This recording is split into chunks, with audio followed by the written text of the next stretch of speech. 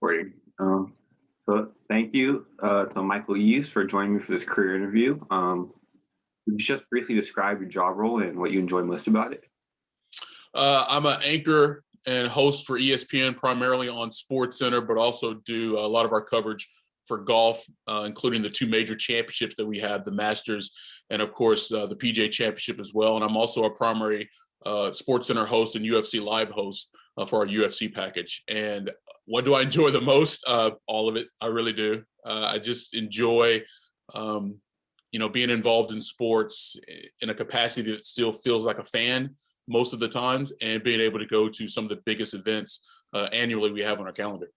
Yeah, definitely. And with all those different sports you cover, all those big events you've been covering, what's one of the greatest highlights of your career, you would say? Man, I've had a few, and I get asked this question a lot. And through the years, it's really been hard to narrow it down. The one that stands out the most, unfortunately, probably in recent memory, is I was at Kobe's 81-point game, and I was working on the Lakers broadcast that night doing their pre and post game show. So to be in the building for that moment was huge. But I was also at the Lennox Lewis Mike Tyson fight in Memphis, Tennessee several years ago, which was a huge deal at the time based on some of the things that happened between those guys prior to that fight. I was also at Notre Dame for the USC game, the Bush push game, when the Trojans were the best team in the country and Notre Dame thought they had them upset. I was on the field for that game. So again, it's hard to really narrow it down because I've been blessed to be at some really cool stuff. Yeah, that's amazing. So many different legendary performances there that you just listed. So it's very great part, very interesting part about your job and career. I guess for what are some character traits or skills that you think have been very useful in your sports career? Being able to write, because not what everything I do is written clearly. A lot of it is ad lib, but at the essence of it is storytelling, and your ability to write will make you a better storyteller, and thus will make you a better reporter or a better anchor. And someone instilled that in me a long time ago. And I will say this, at a young age, I enjoyed writing, but I knew that that really meant a way to become a better storyteller. If you're going to do this particular job, you are telling stories about athletes, about moments, about places. And those skills remain the same, even though the subject matter may change. So writing has been a huge benefit throughout my career. And the other one, which I think is almost as important, is the ability to listen. Oftentimes we go into situations with some preconceived ideas, whether we're trying to be as unbiased as possible. We have thoughts, we're human, so that's part of human nature.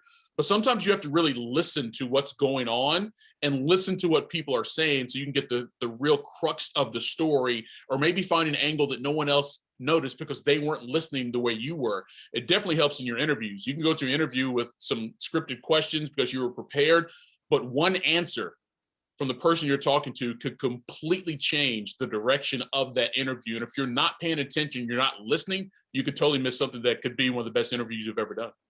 Yeah, it's very helpful. And I believe you were a journalism major in college. Is that correct?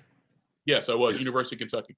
So did you know right away you want to go into like being a sports anchor and broadcasting, or did something like switch on your career path that made you go down that direction?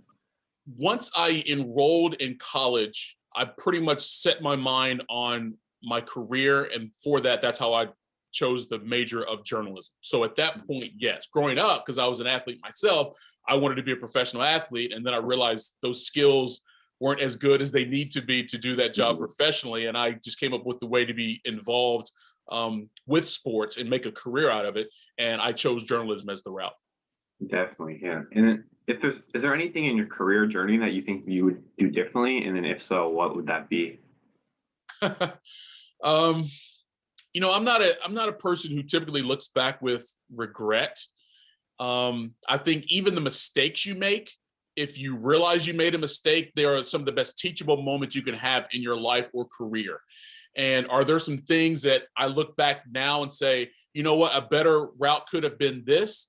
Of course. But would that same corrected route put me where I am right now, which is a really cool spot for people who do what I do, and also a place that I envisioned for myself, so many years ago. So in that regard, no, I just don't think I would do many things differently, at least not anything drastically. Would I go back and maybe rewrite a script that I thought I could have spent more time on? Sure. But in terms of, huge, monumental, pivotal moments in my career that a decision could have changed the course of what happened, no, I've been very thankful that even the bad things put me in a place where I really wanted to be. Yeah, it's a great mindset to have, just learning from your mistakes, and then whatever your path has been steered you to where you are today. So that's definitely a great mindset to have. And is there any athlete, a specific athlete you admire, and what would be the reason for that? Mm.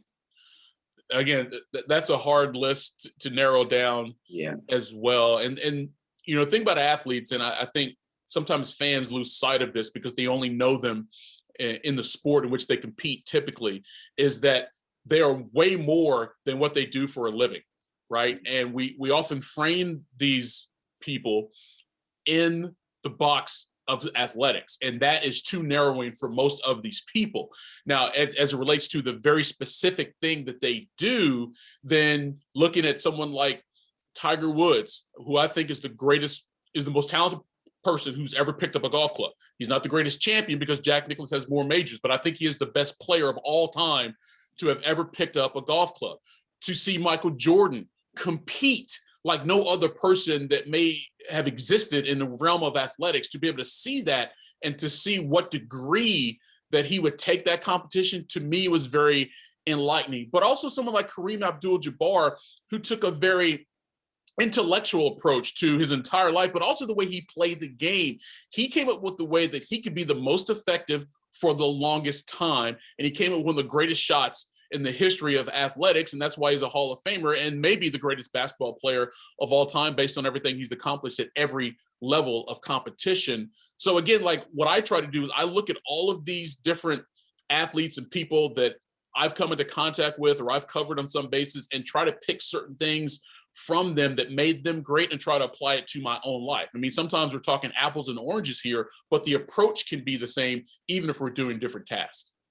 definitely. Yeah, I think there's a lot of different traits from these great all-time athletes that you can pull and just apply to your own life, even if it's in a different fashion. And then, as you know, we have these college students preparing for this sports industry showcase conference. What do you think students can do to best prepare themselves for that? If you really want to do this job for a living, then I would say approach it like a professional athlete. Okay, let's take the NBA, for example. There are 30 teams in the National Basketball Association, 15-man roster. That means there's only 450 of those jobs in this country. At times, this particular profession can be as competitive, if not more, than that job itself. So if that is the mindset, you have to think of ways that you can get better, maximize your potential, and ultimately you're going to have to do things that other people aren't prepared to do.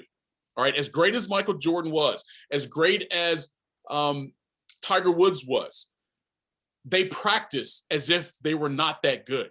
It is the repetition. It is doing the work. And that's the same thing in doing what I do from a broadcasting standpoint. When I first started in my career, even when I wasn't at work doing things that were getting me paid, I was practicing my craft so I could get better faster, to go to a larger market, cover bigger events, and climb up that ladder to success that I envisioned for myself. You've got to put in work when people aren't looking. You got to put in work when you're not getting paid. That is the difference between those who achieve success in this particular career path and those who typically don't. You've got to put in the work that others are not prepared to do. If you do that, you can maximize your talent. And if you're good enough, then you're going to be successful. But you'll never know the extent of your success if you don't put in the work, as though you don't have a chance in hell of getting it. Yeah, exactly. That's great advice to anyone that wants to get in the sports industry. It's about doing the work, not just having a love for sports for it. So I think that's great advice. And thank you so much for all these questions you've answered.